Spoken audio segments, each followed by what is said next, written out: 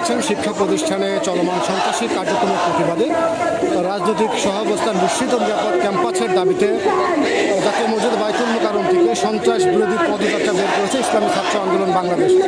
আমরা দেখেছি জুম্মার নামাজের পরেই তারা সেখানে একটু সমাবেশ করে এবং সমাবেশের পরেই তারা সন্ত্রাস বিরোধী পদযাত্রা শুরু করেছেন এবং শিক্ষা প্রতিষ্ঠানে চলমান সন্ত্রাসী কার্যক্রমের প্রতিবাদ তারা কিন্তু জানাচ্ছেন।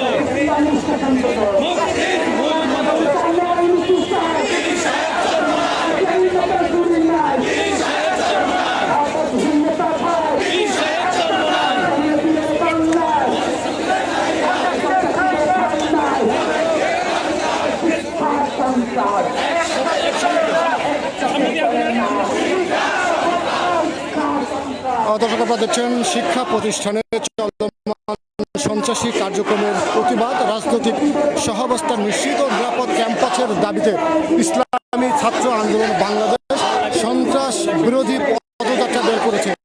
আমরা দেখেছি জুম্মার নামাজের পরেই তারা জাতীয় মসজিদ বাইতুল মুকাররমের পাদদেশে বিক্ষোভ সমাবেশ করে এবং সেখান থেকে পদযাত্রা নিয়ে